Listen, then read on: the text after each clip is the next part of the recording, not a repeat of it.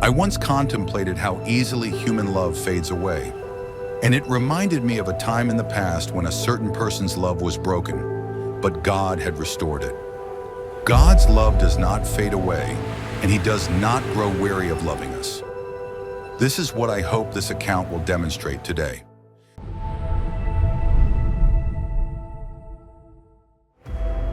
Some decades ago in Kohima, during the weekends, I used to pray for people, and many would come seeking solace. Among them came a woman, visibly distressed, who relayed her concerns to me. She had been married to an Ao, though she herself was a Lotho. It was a love marriage enduring for 7 years, but it had now come to a breaking point. She explained that she was barren and infected with HIV, and a scourge of itchiness permeated her entire body. Her husband, being a medical professional and a staff of the Naga hospital in Kohima, was acutely aware that she would never bear a child. When the news reached her in-laws, her mother-in-law told her husband, "Divorce her. We will find you someone else to marry." Her husband made no visible effort to oppose the idea and even seemed to entertain it, causing her profound heartache. How ironic it is that love exists only as long as you are deemed useful in this world. She was herself very spiritual, to say the least. She believed in God, was a Sunday school teacher, and served as the head of decorations in her church. Yet in times like these, even the strongest of Christians find themselves questioning God, wondering if He truly cares. She showed me her medical reports and cried bitterly. I stood up, went to ask my wife what the Lord said, and I received a word.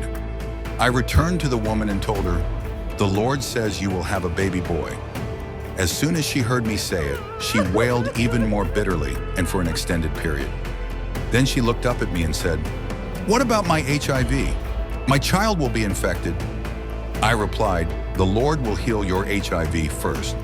I prayed over her and asked the Lord for His blessings on her oil and water, which He had brought, and she went away. 6 months later, she came to our Sunday meeting, but this time she was not alone. She brought her husband with her, and the change in their demeanor was palpable. She was now 3 months pregnant, and miraculously, her HIV had simply vanished.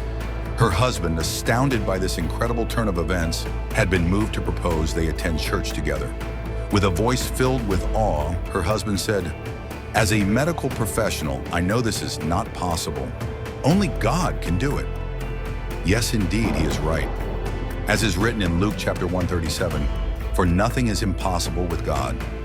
If you are facing distress in your life, do not curl up in defeat against the upcoming storm.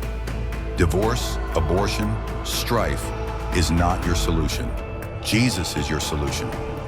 Can't the same God who gave her a child not answer your prayers? Matthew 7 chapter verses 7 to 8 says, "Ask and it will be given to you. Seek and you will find. Knock and it will be opened to you. For everyone who asks receives, and the one who seeks finds, and to the one who knocks, the door will be opened."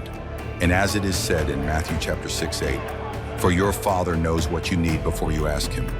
Come on, get on your knees, ask Him,